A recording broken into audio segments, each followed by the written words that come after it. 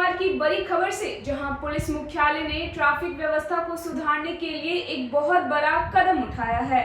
अब बिहार में सिपाही और जमादार यानी एएसआई रैंक के पुलिसकर्मी सड़क पर गाड़ियों की चेकिंग नहीं करेंगे।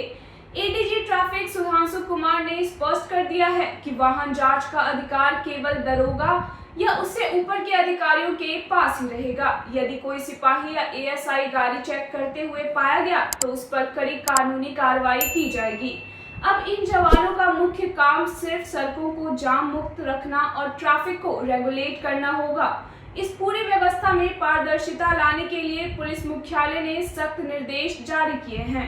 ट्रैफिक या वाहन चेकिंग ड्यूटी पर तैनात सभी पुलिसकर्मियों को अपना बॉडी वॉर्न कैमरा अनिवार्य रूप से ऑन रखना होगा। अगर कैमरा बंद रहता है और इस दौरान किसी राहगीर या वाहन चालक के साथ कोई विवाद होता है तो इसके लिए सीधे तौर पर संबंधित पुलिसकर्मी को ही जिम्मेदार माना जाएगा।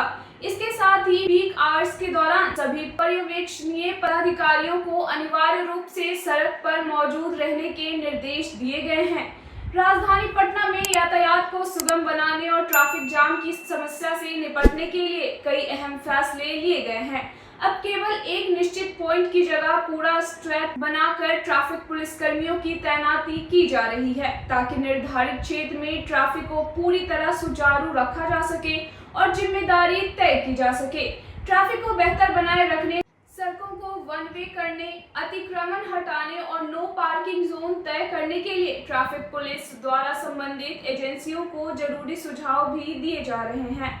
पुलिस मुख्यालय की सख्ती से उम्मीद है कि सड़क पर आम जनता को होने वाली परेशानियों से राहत मिलेगी और ट्रैफिक व्यवस्था में सुधार आएगा। डिजी लॉकर के माध्यम से यदि इलेक्ट्रॉनिक दस्तावेज दिखाए जाते हैं तो उनको भी प्रॉपर मान्यता दी जाए। इसके अलावा जो पर्यवेक्षी रैंक के पदाधिकारी हैं, जैसे इंस्पेक्टर हुए या डीएसपी रैंक के पदाधिकारी हुए या एसपी हुए, उनको भी कतिपय डायरेक्शन दिए गए हैं। खास करके जो हमारे कर्मी हैं उनकी वर्दी वगैरह सही तरीके से हो, ड्यूटी पर अलर्टनेस हो। आमतौर पे जो है वो एक जगह कहीं कहीं गप करते दिखाई देते हैं या मोबाइल फ़ोन का इस्तेमाल करते दिखाई देते हैं। उस पर हम लोगों ने अंकुश लगाने का, कड़ाई से अंकुश लगाने का डायरेक्शन दिया है। और इस संबंध में जो है समय समय पर जो हमारा निरीक्षण दल निकलेगा वो भी इस बात पर लगातार ध्यान देगा।